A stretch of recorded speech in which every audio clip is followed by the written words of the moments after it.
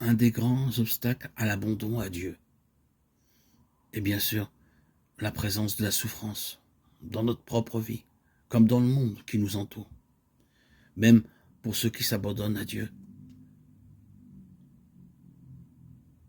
Dieu permet les souffrances, il les laisse, manquer de manière parfois douloureuse de certaines choses. Dans quelle pauvreté n'a pas vécu la famille de la petite Bernadette de Lourdes?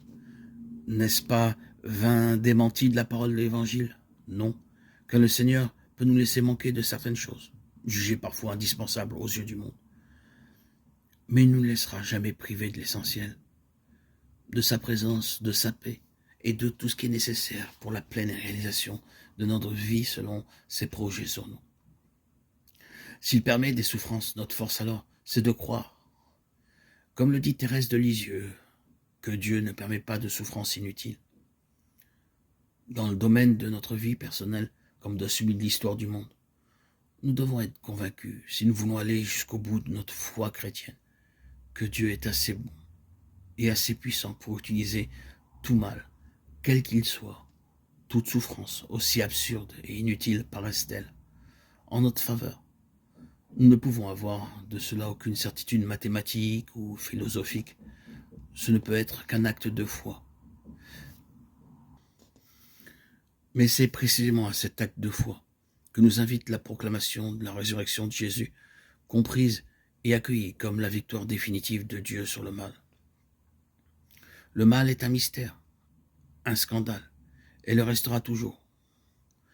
Il faut faire ce qui est possible pour l'éliminer, pour soulager la souffrance. Mais il reste toujours présent dans notre histoire personnelle et dans celle du monde.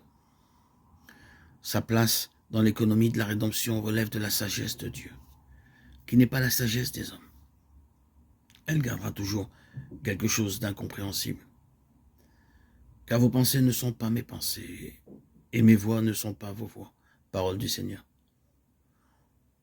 Autant les deux sont élevés au-dessus de la terre, autant sont élevées mes voix au-dessus de vos voix, et mes pensées au-dessus de vos pensées. Isaïe 55, 9. À un certain moment de sa vie, le chrétien sera nécessairement convié à croire contre les apparences, à espérer contre toute espérance.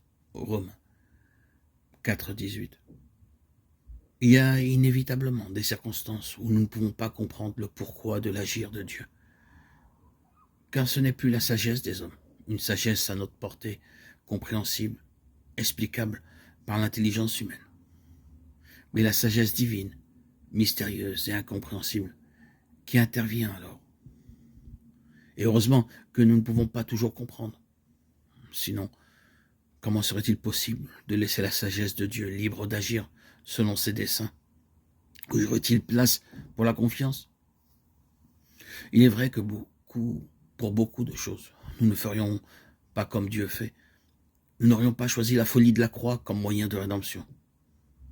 Mais heureusement que c'est la sagesse de Dieu et non la nôtre qui dirige toutes choses, car elle est infiniment plus puissante et plus aimante, et surtout plus miséricordieuse que la nôtre.